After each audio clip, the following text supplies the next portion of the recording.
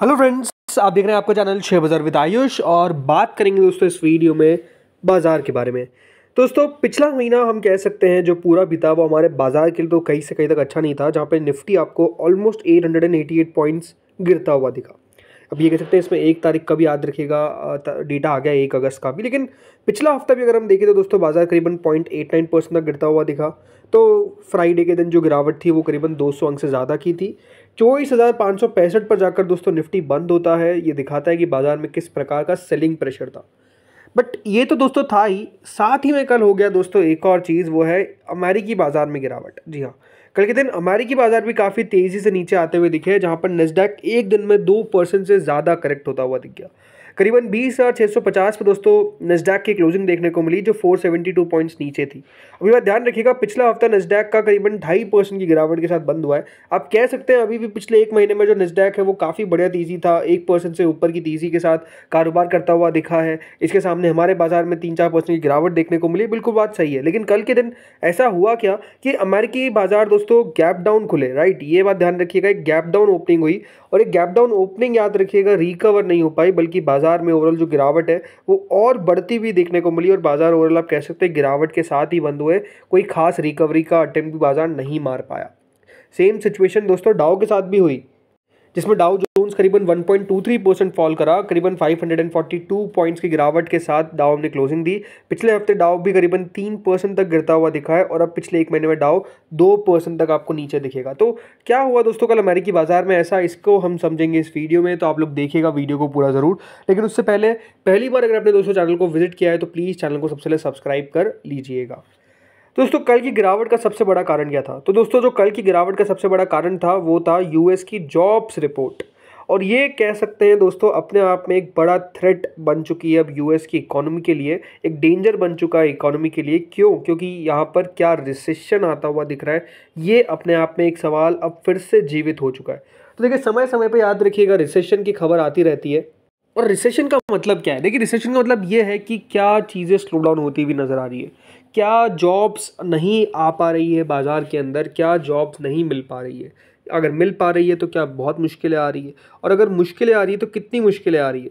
तो ये दोस्तों हमेशा एक बात ध्यान रखिएगा, जो यूएस का जॉब डेटा आता है उसको पूरी दुनिया बहुत ध्यान से देखती है कि क्या दोस्तों यूएस में होता हुआ दिख रहा है, क्या वहाँ पे एक स्लो डाउन है, क्या वहाँ पे हायरिंग काफ़ी अच्छे से हो पा रही है। ये सब दोस्तों याद रखिएगा यूएस की जॉब डेटा में पता चलता है। तो कल के दिन यूएस ने दोस्तों अपना जुलाई 2025 का जॉब डेटा जो है वो सामने रखा, और ये एक रियलिटी चेक हो गया किसके लिए? अमेरिकन इकोनॉमी के लिए। देखिए जो डोनाल्ड ट्रंप को लग रहा है कि हम वो टैरिफ से पूरे अमेरिका को स्वर्ग बना रहे हैं, बहुत ज़्यादा अमेरिका के अंदर पैसा बरसना शुरू हो जाएगा, उससे पहले दोस्तों कल कह सकते हैं जो BLS यानी ब्यूरो ऑफ लेबर स्टैटिस्टिक्स, जो उसने कल डेटा बताया वो कह सकते हैं अमेरिका के प्रेसिडेंट की बहुत ज़मीन हिलाता हुआ दिखा। याद रखिएगा यूएस में करीबन सिर्फ 73,000 जॉब्स जो है वो ऐड हो पाई in the month of July. मतलब आप देखिए इतनी बड़ी इकोनॉमी में सिर्फ 73,000 जॉब्स जो है वो याद रखिएगा टोटल मिलाकर बन पाई है। और बड़ी बात क्या है, ये दोस्तों स्लोएस्ट मंथली गेन है इन ओवर 2 ईयर्स। मतलब पिछले 2 सालों के अंदर ये सबसे स्लोएस्ट गेन आपको देखने को मिल जाता है। तो देखिए जिस तरीके से डोनाल्ड ट्रंप लगातार जो बाइडेन को निशाने पे लेते रहते हैं कि उनके कारण इकोनॉमी इतनी खराब हो रही है, उनके कारण इकोनॉमी इतनी खराब हो रही है, देखिए डोनाल्ड ट्रंप के कार्यकाल में अब भी ये बात ध्यान रखिएगा इतनी कम जॉब्स ऐड हो पाई पिछले 2 सालों में कि अब उनका कार्यकाल फिर से अगर आप देखेंगे तो खबरों में आ गया। और कह सकते हैं यहाँ पर जो शार्प डिक्लाइन आता हुआ देखने को मिला है जॉब क्रिएशन के अंदर, इसने फिर से ट्रिगर कर दिया है इकोनॉमिस्ट को, मार्केट वॉचर्स को, पॉलिसी मेकर्स को कि क्या फिर से जो यूएस में रिसेशन की बात फिर से चालू हो गई है, क्या यूएस की इकोनॉमी फिर से रिसेशन में जाती हुई दिख रही है। तो ये डेटा तो अपने आप में खराब था ही, इसके साथ साथ दोस्तों जो अनएम्प्लॉयमेंट रेट है उसमें भी बढ़ोतरी देखने को मिल चुकी है। और ये दिखा रहा है कि नो डाउट कुछ ना कुछ तो प्रॉब्लम देखने को मिल रही है, जो यहाँ पर प्रीवियसली अपीयर हो रही थी कि एक बहुत अच्छा लेबर मार्केट है, ये फिर से एक शॉक आता हुआ देखने को मिला है, क्योंकि एक सिग्निफिकेंट डाउनवर्ड रिवीजन हुआ है जॉब गेन्स के अंदर इन मई एंड जून। और ये सजेस्ट कर रहा है कि जो अर्लियर ग्रोथ एस्टिमेट लगाए जा रहे थे कि एक बहुत अच्छा जॉब मार्केट है, वो ओवरस्टेट किया जा रहा था, यानी वो गलत प्रेजेंट किया जा रहा था। सो यहाँ पर सवाल ये उठता है कि ऐसा हुआ क्या। देखिए जुलाई 2025 के अंदर जो यूएस की जॉब रिपोर्ट है वो इसमें बताया गया कि कि यूएस की इकोनॉमी में एक्सेलरेशन नहीं डी एक्सेलरेशन होता हुआ दिख रहा है हायरिंग के अंदर। जो जॉब ग्रोथ है वो स्लो हो रही है लगातार, क्योंकि एस्टिमेटेड था कि करीबन 1,15,000 नई जॉब्स यहाँ पर ऐड की जाएगी, जो ऑलरेडी डाउन थी फ्रॉम 1,47,000 इन जून 2024। लेकिन जो डेटा आता हुआ दिखा वो इतना ख़राब था कि दोस्तों सिर्फ 70,000 जॉब्स जो है वो ऐड हो पाई। और ये बात ध्यान रखिएगा, ये फार बिलो है जो 2024 का मंथली एवरेज है 2,40,000 का। तो ये दिखाता क्या है कि ये अपने आप में सबसे ज़्यादा खराब, याद रखिएगा, पीरियड रहता हुआ देखने को मिला फॉर जॉब्स गेन सिंस 2010। 2010 से याद रखिएगा, ये अपने आप में एक इतना खराब डेटा दिख रहा है। ये अनएम्प्लॉयमेंट रेट जो है ये अपने आप में बढ़ता हुआ देखने को मिला टू 4.1% इन जून, जो एक्सपेक्टेड है कि राइज होगा टू 4.2%। यानी सिग्नल कर रहा है कि एक सॉफ्टनिंग लेबर मार्केट हो रहा है। मतलब जो यूएस का जॉब मार्केट है, याद रखिएगा उसको लेबर मार्केट कहते हैं, वो बहुत ज़्यादा अच्छी हालत में नहीं है। यानी एक बात अब समझिए कि अगर उम्मीद है कि 1,15,000 नई जॉब्स ऐड होगी और उसके सामने दोस्तों इसकी आधी जॉब्स ऐड हो पा रही है, राइट, मतलब आधी से कुछ ज़्यादा, तो आप समझिए ना 1,15,000 कहाँ और 73,000 का डेटा कहाँ, राइट। ये अपने आप में आप सोच सकते हैं कि कितना ज़्यादा डिफरेंस है। और यही दोस्तों कल यूएस के मार्केट्स को नीचे लेकर चले गया, बिकॉज ये अनएक्सपेक्टेड था, सोचा नहीं गया था। और ये दिखाता क्या है कि दोस्तों जो यूएस में जो इकोनॉमी है, राइट, वहाँ पे जो अनएम्प्लॉयमेंट की रेट भी है वो भी बढ़ती हुई दिख गई, प्लस जॉब मार्केट भी वीक होता हुआ दिख गया। और ये दोस्तों कल शेयर बाजार को बिल्कुल भी पसंद नहीं आया। इसके अलावा और कारण क्या है? और कारण में तो आप कह सकते हैं कि देखिए टैरिफ, राइट, लगातार जो यूएस कर रहा है टैरिफ अपने आप में, याद रखिएगा बाजार को चिंता में है, बिकॉज ट्रंप के रोज नए बयान आते हैं। अब ट्रंप क्या कह रहे हैं, देखिए ट्रंप ने ऑर्डर कर दिया कि 35% टैरिफ लगेगा फॉर गुड्स फ्रॉम कनाडा, क्योंकि उन्होंने बताया कि एक कॉपरेशन जो है वो नहीं हो पा रहा है इलिसिट ड्रग्स पे। मतलब आप समझिए कि देखिए डोनाल्ड ट्रंप इकोनॉमी इस तरीके से चला रहे हैं कि उनको अगर लगता है कि ये देश हमारे साथ इतना सा भी अच्छा नहीं कर रहा है तो हम उस पर टैरिफ लगा देंगे, क्योंकि उनको लगता है कि देखिए टैरिफ तो हम तब लगाते हैं, पहली बात तो देखिए इनके जिस तरीके की थ्योरी है, राइट, डोनाल्ड ट्रंप की, ये टैरिफ पहले कहते हैं कि इस देश ने हमारे को बहुत लूटा है, इस देश से हमने सिर्फ कह सकते हैं इंपोर्ट क्या एक्सपोर्ट करते ही नहीं हम इन देशों को, इसलिए टैरिफ का नंबर आता है। फिर दोस्तों एक और थ्योरी ये लगाते हैं कि अब जो हमने देश को कहा करने का, वो देश अगर नहीं कर रहा है तो हम टैरिफ और बढ़ा देंगे। तो ये अलग अलग थ्योरी है, राइट। जैसे आप ब्राज़ील में देखेंगे तो ब्राज़ील में कहते हैं कि क्योंकि जो वहाँ के दोस्तों अभी प्रेसिडेंट है, राइट, वो उनको पसंद नहीं है, जो अपोजिशन लीडर है वो पसंद है, और उनको लगता है कि उसको गलत तरीके से फंसाया जा रहा है, तो इसलिए मैं उन पर टैरिफ लगा दूंगा। तो अब समझिए कि जिस तरीके से दोस्तों दुनिया में, अब भारत पे देख लीजिए, क्योंकि देखिए इंडिया कह सकते हैं यहाँ पर कुछ प्रोडक्ट्स पे बिल्कुल भी, याद रखिएगा, यूएस को नहीं कह सकता कि हम इस पे ट्रेड डील कर सकते हैं। तो कैसे नहीं कह सकता, तो इंडिया पे टैरिफ लगा दिया गया है 25% का। तो अपने आप में आप समझ सकते हैं कि देखिए टैरिफ को एक तरीके से इन्होंने अपना हथियार बना लिया है। अब आप कह सकते हैं कि देखिए टैरिफ से कितना असर पड़ता हुआ नजर आएगा, ये तो डेफिनेटली समय बताएगा। ये टैरिफ कितने समय तक टिक पाएंगे, ये भी अपने आप में समय बताएगा। बट नो डाउट इससे दोस्तों इकोनॉमी में, याद रखिएगा, टेंशन क्रिएट होती है।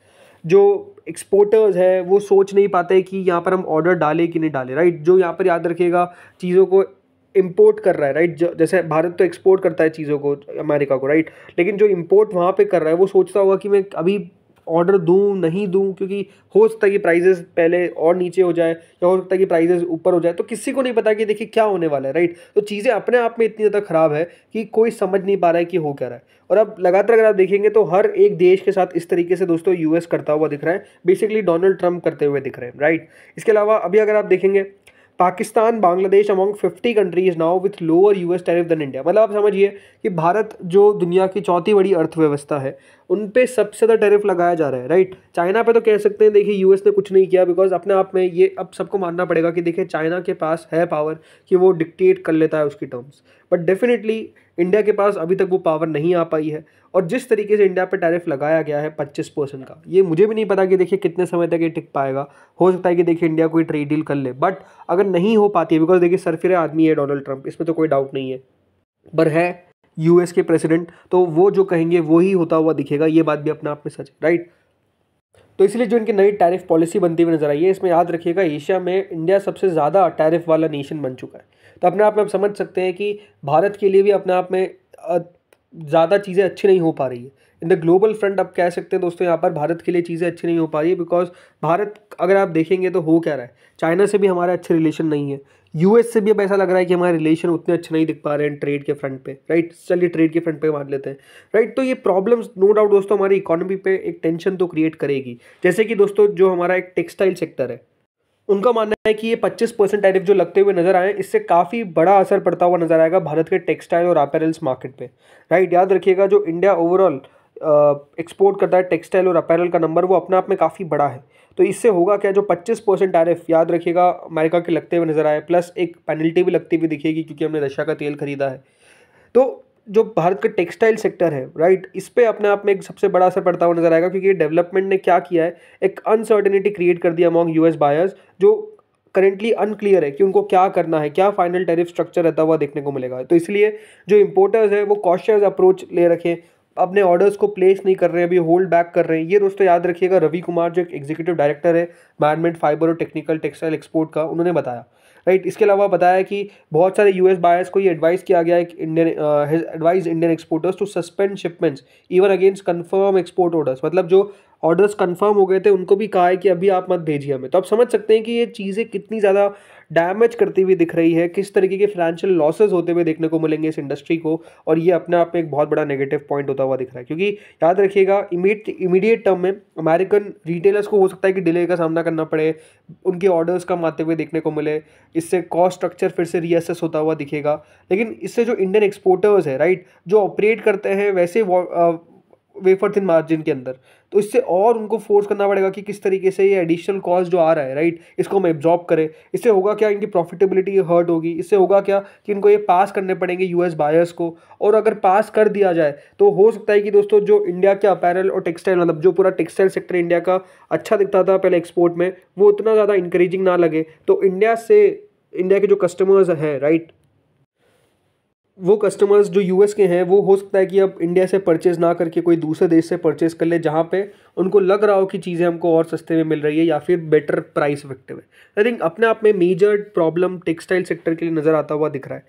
अब ये तो दोस्तों चीज़ें थी, कल एक और नई चीज़ निकल कर आ गई। वो ये है कि यूएस के प्रेसिडेंट ने क्या किया, अब दोस्तों थ्रेट दिया है सीधा न्यूक्लियर का। जी हाँ, न्यूक्लियर का थ्रेट दिया है किसको, रशिया को। उन्होंने कहा है कि ट्रंप ने कह दिया कि हमने 2 न्यूक्लियर सबमरीन जो है वो रशिया के पास लाकर खड़ी कर दी है। मतलब आप समझिए कि किस तरीके से चीज़ें होती हुई दिख रही है, हर दिन कुछ नया निकल कर आता है। हर दिन अगर आप देखेंगे यूएस के जो प्रेसिडेंट हैं, उनका जो ट्रुथ सोशल है, उस पर जो जो नई नई बातें वो करते हैं, राइट, ये अपने आप में दुनिया को नहीं समझ में आ पा रही कि चीज़ें हो क्या रही है। अब पहले जो ये शांति वार्ता की बात कर रहे थे, जो कह रहे थे डोनाल्ड ट्रंप की हम तो भैया नोबेल प्राइज़ चाहिए हमको बिकॉज हम पीस मेकर है, अब वो खुद ही दोस्तों जो 2 न्यूक्लियर सबमरीन है वो यहाँ पर पास लाकर खड़े कर रहे हैं रशिया के। तो और उन्होंने बताया कि ये रीज़न क्या है। उन्होंने रीज़न बताया कि एक जो कमेंट आता हुआ नजर आया former Russian president Dmitry Medvedev का, उन्होंने कहा कि ये जो स्टेटमेंट है ये अपने आप में थ्रेटनिंग है। उन्होंने कहा कि I have ordered 2 nuclear submarines to be position in the appropriate regions just in case these foolish and inflammatory statements are more than just that. मतलब उन्होंने कहा कि ये जब स्टेटमेंट अगर सही में सच हो गए या फिर कुछ ऐसे हैं, इसलिए मैं अपने जो सबमरीन्स हैं 2 न्यूक्लियर सबमरीन्स उनको सही जगह पे पोजीशन कर दिया है। तो आप समझिए ना कि जो बात वो पहले कर रहे थे कि मैं तो शांति रखूंगा, शांति बनाऊंगा, अब वो देखिए न्यूक्लियर की बात भी करना चालू कर दिया। तो आई थिंक ये अपने आप में बहुत ही बड़े प्रॉब्लम्स देखने को मिल रहे हैं, और यही अपने आप में कह सकते हैं कि देखिए दुनिया की इकोनॉमीज़ के लिए अच्छी बात नहीं है, बिकॉज एक अनसर्टेनिटी, ग्लोबल अनसर्टेनिटी पीरियड याद रखिएगा चलता हुआ नजर आ रहा है। और अभी तो एक बात ध्यान रखिए, यूएस के प्रेसिडेंट को 1 साल भी पूरा नहीं हुआ ऑफिस पे, जनवरी के आसपास होगा। तो काफ़ी साल, अभी 3 साल से ज़्यादा दोस्तों हमको उनको झेलना है, और यह बात ध्यान रखिएगा, इसके कारण बाजार हमेशा उतार चढ़ाव भरे रहते हुए दिखेंगे। सब देखते हैं आगे होता क्या है। इस वीडियो में तो इतना ही था, नो डाउट वीडियो थोड़ा बड़ा बन गया, बट जो चीज़ें थी उनको कवर किया। होपफुली वीडियो आपको अच्छा लगा होगा, अगर लगा तो लाइक करना, चैनल से पहली बार जुड़े सब्सक्राइब करना। Thank you friends watching this video.